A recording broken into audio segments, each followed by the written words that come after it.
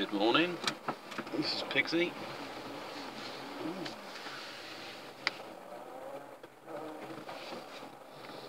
Versing, yeah.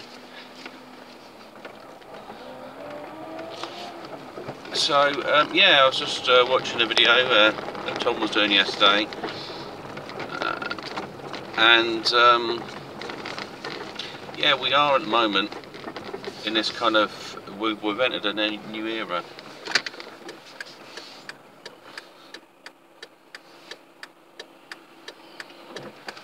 Of data warfare. So, I mean, I think the first era was basically it was a lot of research onto people's algorithms, and then there's people categorised into certain algorithms. Then there was ways looking at how to control people in the algorithms that are considered a risk to the system.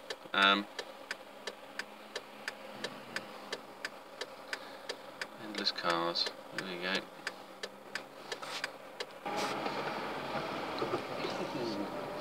So yeah, so basically a lot of it's data control, a lot of experiments, and they've used a lot of different tactics. So I mean, there's things like friend suggestions, and these people might be not friends at all. They could be government agents. They just suggest you might like this person, or maybe they suggest them because the algorithms associated with them.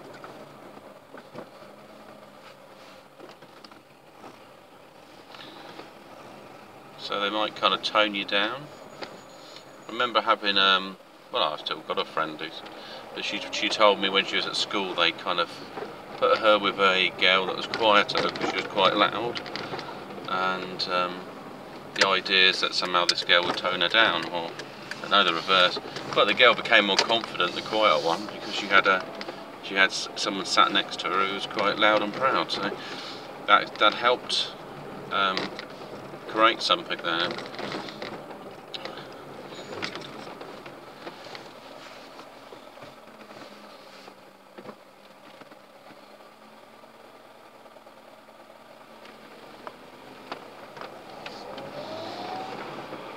And then you had things, I thought it was weird when Facebook would like scan your picture.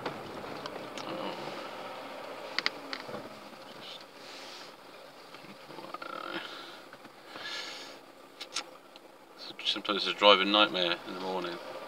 So got some people parking, people going to work and flying out of places. And anyway, come back to what I was talking about. So Facebook did this thing where they would do facial recognition. They'd also look at your previous photos. You might have noticed this sort of like white, sort of like glow over it quickly, or it flicks between one picture to the next. It was a bit strange when done that. So it's collecting information on you. It's probably everyone's got a file on Facebook. They're backed up into a data file, and this data file was then sold to interested parties, and that was always the intention. It's just collect information.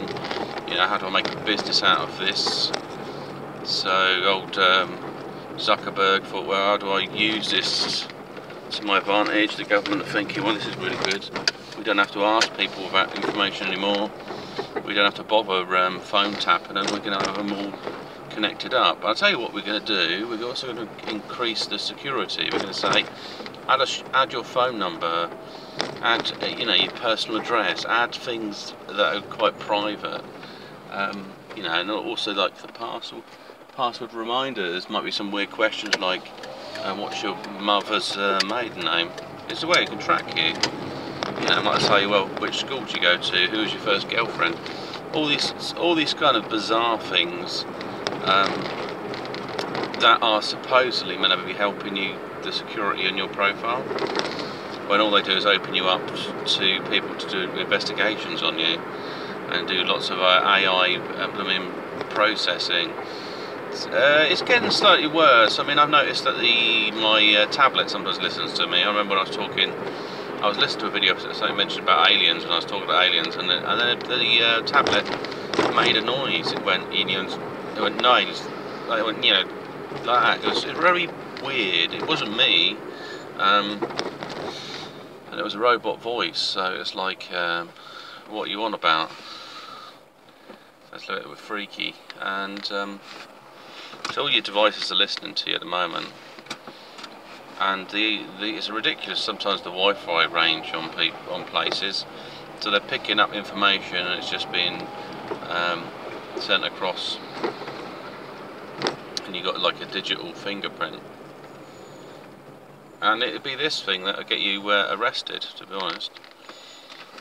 In times to come, people will just read the riot act and say, look, I've got a long list of offences back to when you were 16, you quoted some recreational drug use, or you got drunk and you did something stupid, or whatever, just or you was a troll, you said some nasty things, or maybe you didn't say some nasty things and you should have, so they might say you're some kind of conspirator or something, or urban terrorist.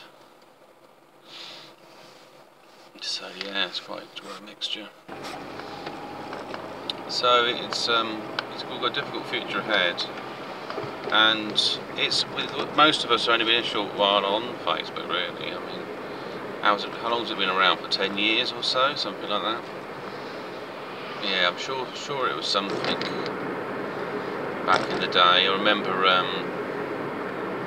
being asked by someone, like, oh yeah, you should get on Facebook. But at the time I was on MySpace, which probably might be more secure, to be honest, because it's a bit wacky, so it just lets it all roll. There's less control. It's more about selling you bands and things like that. So most of these enterprises start out great, and then the government gets involved, and then they become control grids. And if you've got mobile phones, you've probably been having it. It keeps asking you silly questions like, how was your experience when you went to KFC and Morrison's, or if you parked in the area, to collecting information. It just asks you about your experience, and then you can say, well, I didn't go in the shop, I was parked around the corner, and you get some points. I don't know what the points do. I don't think they add up to anything, but then it's just like a way of controlling people. I think maybe there's a room for some positive stuff with social media, YouTube, Facebook, all these kind of things. People should start to be able to vote on how they feel about the idea of a war. Like if they did a vote on the Syrian conflict, or if we should be involved, or what we potentially think would be a better result, most people would vote so hard against it, it should never happen. I mean, we had these targets that would benefit Israel, basically just attacking the bottom of Syria because there's some military stuff there, and they're actually just basically trying to destroy the structure of it, and then in the future Israel will expand into that region, which is quite sad, really, because I mean, is this their real plan? Do they want to take over the world? And are they just delusional? Because, what is there to take over? It's just like a fantasy. There's nothing, nobody wins anything from this game. And if you play board games, you have to reset them after you get to the end. There's nothing there. I can't see the point. All the people playing the game now are just going to die, and then their legacy will be left to their children, who probably don't care, to be honest. They will be caught up with all the money that would come across to them, and they'll just get high and end up killing themselves, or if they're deemed unworthy by the Illuminati, they just get killed off anyway. It's how you amalgamate finances. You would want to destroy your competitors, even if they're your best friends. At some point, at a psychopathic level, I want what you've got. And then when you're considered like the unfit lion, your own lion might want to take you out. You got like this chap George Soros. His son's just like a drug addict, I think. So I don't really understand what's going to happen after he popped his clogs. Or maybe he already has. It's just somebody walking around with a rubber mask on. Looking like him, or quoting. I mean, I don't know. You might have seen all the pictures of him that are actually of him living. Are on the net being used anyway. And then soon it won't matter because they use more computer technology. They can fake your voice. They can fake a video of you talking. They can put new words in your mouth. And things where it's standardised by the press, like you've just got a whiteboard behind you and stuff like that. You could be anywhere, and that could, once you've got multiple videos of a situation like that, you could just keep firing out different videos. The person wouldn't have to be there. And this may be true of people that are actors and all sorts of things. Eventually just be replaced by the computer. And you could possibly have, you know the way the artists use these dolls, and they've got like these wooden dolls to draw, like figurines, that's what they are, of sorts. You could have something like that life-sized, and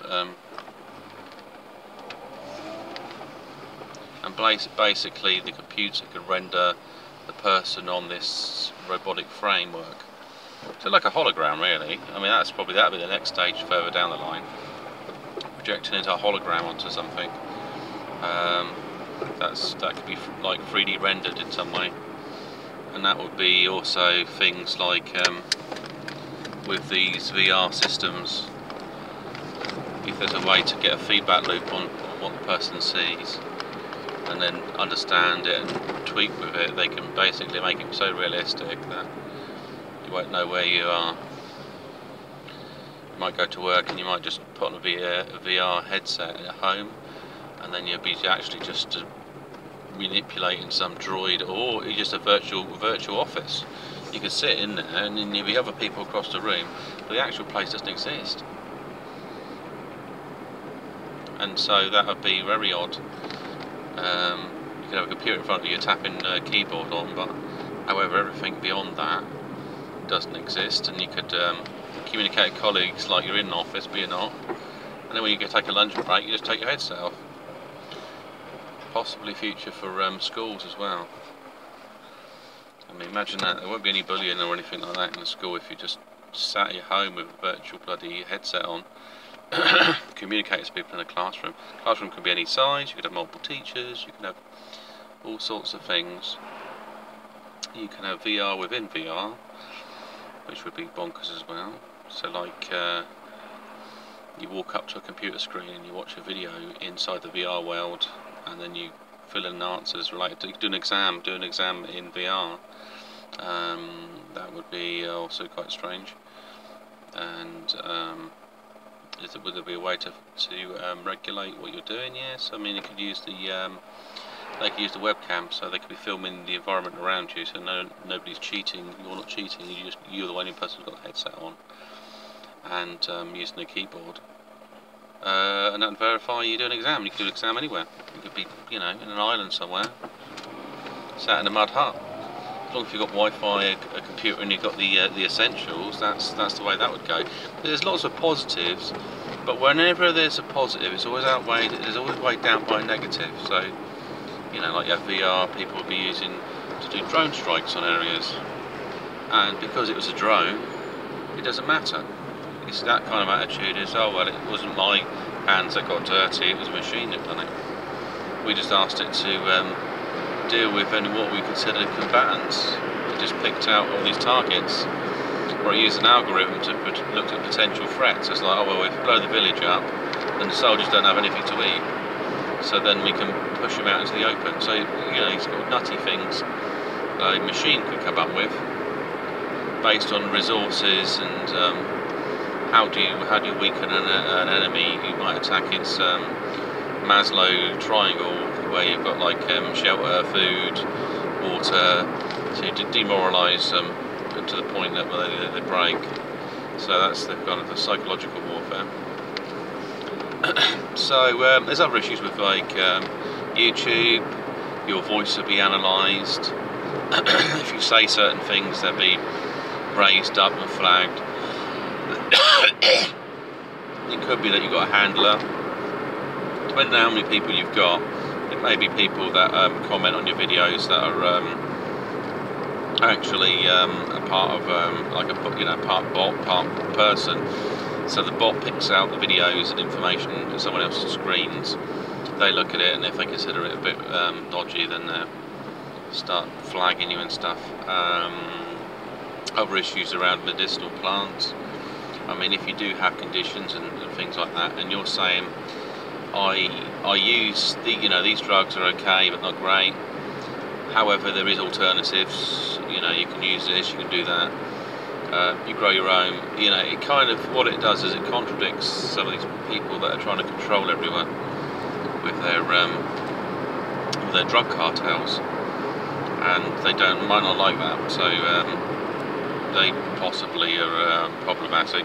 And it might seem like a fantasy, but a lot of holistic doctors and stuff, and people that have talked against the system seem to have vanished, which is odd.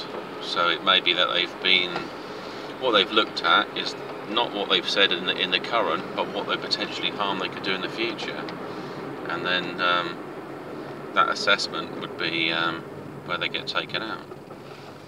And so things like cannabis, they get banned in certain countries, but then all these patents get bought up for the use, the experimentation, the hybridization, the extraction. So you can't have the real plant. You've got to have something with no frequency to it. It's not alive, it's dead. Chemically, it has to use your own body to be useful. You're not introducing something that's already has certain qualities active, like psychoactives and things like that. It's even just like something simple as coffee. You go to some places, you drink the coffee, you don't get anything out of it. They remove the caffeine out of some places. They just give you decaf either way, and other qualities. Because I mean, I can sense what adrenaline spike feels like. It's just like shivers, a sensation over my scalp and my neck. It feels like a bit of a buzz, like whoa, that kind of sugar rush, sugar high thing. And so you drink other drinks that don't have that same effect. Well, they don't really amp up, so you can feel a slight sensation on you, but you don't feel it go up right up to the top of your crown. So that's like a release of chi, to be honest. And it's like my chakras just let out an electrical discharge, and that gives them an idea of the amplitude of what they can use it. Is it effective or not? So the warfare will continue with this AI stuff. Like I say, you'll get catalogued, recorded conversations.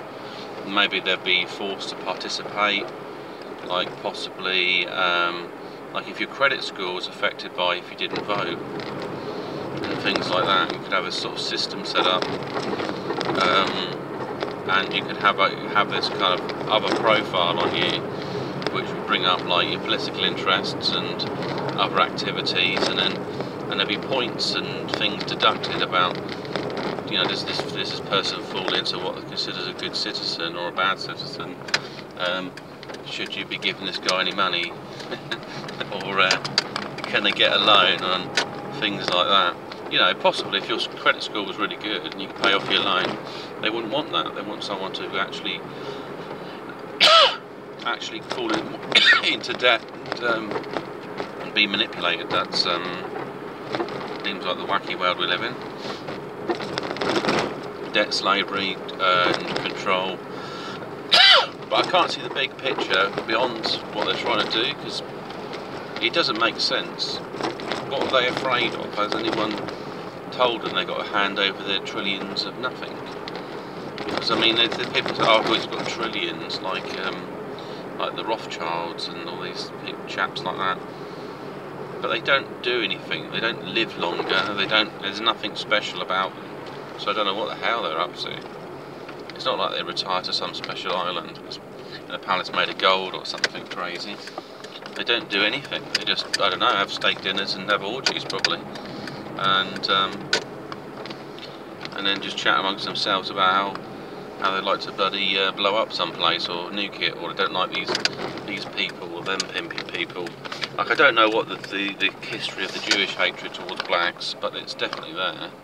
They don't treat them very well, and historically they're the money men, so they're the ones being setting up the contracts or feeding them the ideas of using people to make money. But maybe it's a rival to some knowledge they know that they want the sort of revenge for. It could be they're the original Egyptians and all of the Atlanteans. Maybe they're from Atlantis, a continent there, and the Israelites were their slaves for a bit. Who knows? It's all a big mystery. Anyway, this is Pixie signing off. Thanks for listening, and speak to you soon.